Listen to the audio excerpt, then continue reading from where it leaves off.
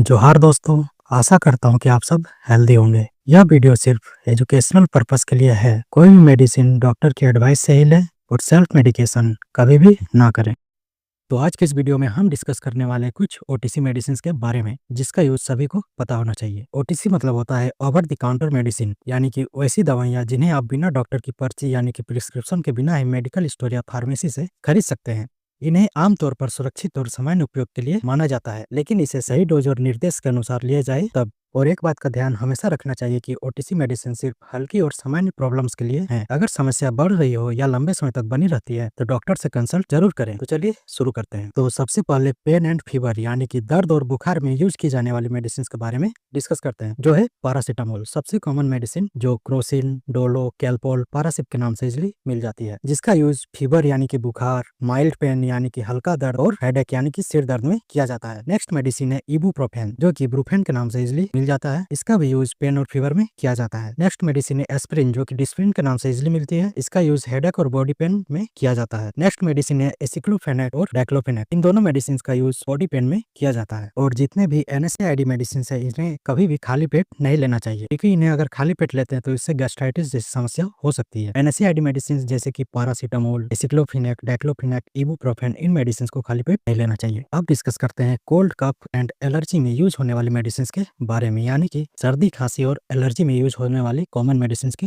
बारे में। इस कैटेगरी में सबसे पहला मेडिसिन है सेट्रिसिन, जो कि सेटजिन और ओकासेट के नाम से इजिली मिलती है। इसका यूज कोल्ड यानी कि सर्दी, स्नीजिंग यानी कि छींक, रनी नोज नाक का बहना और एलर्जी में किया जाता है। नेक्स्ट मेडिसिन है फेनिरामाइन मेलिएट, जो एविल के नाम से मिलती है, और क्लोरफेनामाइन मेलिएट, जो कि सीपम के नाम से मिलती है। इन दोनों का यूज एलर्जी और इचिंग में किया जाता है। अब कुछ कफ सिरप की बात करें तो बेनाड्रिल, एस्कोरिल डी, चेरिसोप जैसे सिरप का यूज कफ के लिए किया जाता है। अब डिस्कस करते हैं पेट से जुड़ी समस्याओं के बारे में।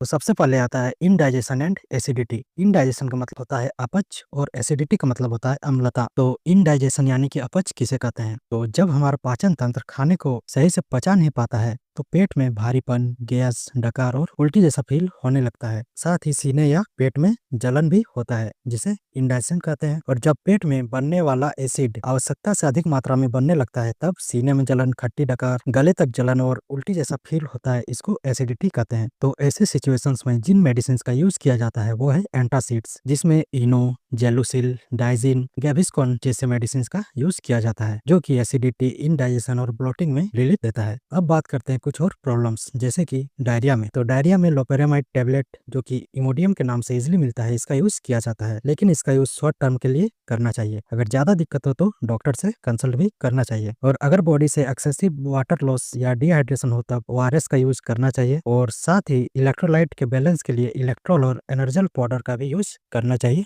अब डिस्कस करते हैं कॉन्स्टिपेशन यानी कि कब्ज के बारे में। अगर किसी को कब्ज होता है तो ऐसे केस में बिसाकोड टेबलेट का यूज किया जाता है, जो कि डुक्लोफ्लेक्स के नाम से इजिली मिलता है। और साथ ही कुछ आयुर्वेदिक फॉर्मुलेशंस जैसे कि इसबगोल, जिसे सीलियम हस्क भी कहा जाता है, पेट सफा और कायम चूर्ण का भी यूज कॉमनली किया जाता है। अब बात करते हैं गैस्ट्राइटिस और एसिडिटी में यूज होने वाले मेडिसिन के बारे में। तो गैस्ट्राइटिस क्या है? पेट की भीतरी परत यानी कि लाइनिंग ऑफ स्टोमक में जब सूजन हो जाता है उसी को गैस्ट्राइटिस कहते हैं। तो ऐसे सिचुएशन में जो मेडिसिन का यूज किया जाता है वो है पेंटोप्राजोल, जो कि पेंटो 40 और पेन 40 के नाम से इजिली मिल जाता है। ओमिप्राजोल, जो कि ओमी के नाम से मिलता है। रेनिटिडिन, जो कि एसिलोक और रेंटेक के नाम से इजिली मिल जाता है। और रेविप्राजोल का भी यूज किया जाता है। अगर पेट की दर्द यानी कि कॉलिक पेन की बात करें तो इसमें डाइसाइक्लोमिन और ड्रोटावेलिन जैसे टेबलेट का यूज किया जाता है। और नोजिया और वॉमिटिंग के केस में यानी कि उल्टी या जी मिचलाना की शिकायत या दिक्कत किसी को हो तो ऐसे केस में ओंडेनसेट्रॉन, जो कि एमसेट के नाम से मिलता है, और डोमपेरिडोन टेबलेट का यूज किया जाता है। अब ऐसे मेडिसिन के बारे में डिस्कस करेंगे जिसका यूज माइनर वुंड्स यानी कि छोटे छोटे और स्किन इश्यूज यानी कि त्वचा की समस्या में किया जाता है, जैसे कि कुछ एंटीसेप्टिक लिक्विड्स जैसे कि डिटॉल, सेवलॉन, और एंटीसेप्टिक क्रीम जैसे कि सोप्रामाइसिन, बीटाडिन का यूज स्मॉल कट्स वगैरह में किया जाता है, क्योंकि इसे लगाने से इन्फेक्शन फैलने का चांस बहुत ही कम हो जाता है। और साथ ही अगर कहीं आपका त्वचा जल जाता है तो उसमें बर्नोल या बोरोलिन जैसी क्रीम का यूज किया जाता है। और नेक्स्ट मेडिसिन जो है वो है कैलामाइन लोशन, जो कि कैलाडिलोल लैक्टोकैलामाइन के नाम से इजिली मिल जाता है। इसका यूज इचिंग यानी कि खुजली, स्किन के इरिटेशन में और हीट रैश में भी किया जाता है। अब लास्ट में डिस्कस करते हैं कुछ विटामिन और मल्टीविटामिन सप्लीमेंट्स के बारे में। तो सबसे पहला जो मेडिसिन यह है बिकोसुल कैप्सूल्स, जो एक मल्टीविटामिन फॉर्मुलेशन है जिसमें विटामिन बी कॉम्प्लेक्स और विटामिन सी होता है। इसका यूज टंग और माउथ अल्सर में किया जाता है, यानी कि जीभ और मुंह में होने वाले अल्सर को ठीक करने के लिए इसका यूज किया जाता है। और कुछ मल्टीविटामिन जैसे कि रिवाइटल और सुप्राडिन है, इसका यूज जनरल वीकनेस यानी कि कमजोरी को ठीक करने के लिए किया जाता है। तो यह था इसका वीडियो जिसमें हमने डिस्कस किया कुछ ओटीसी मेडिसिन के बारे में। लेकिन कोई भी मेडिसिन लेने से पहले उसके सही डोज और डायरेक्शन के बारे में पता होना बहुत ही जरूरी है, जैसे कि इसे कब लेना है, खाली पेट या खाना खाने के बाद, या फिर उसका मैक्सिमम डोज लिमिट क्या है, ये पता होने के बाद ही लेना चाहिए, नहीं तो डॉक्टर की सलाह से ही लेना चाहिए। तो यह था इसका वीडियो। आई होप यह इन्फॉर्मेशन आपको अच्छा लगा हो, और वीडियो पसंद आया तो वीडियो को लाइक कीजिए, शेयर कीजिए और चैनल को सब्सक्राइब भी जरूर कीजिए। Thank you.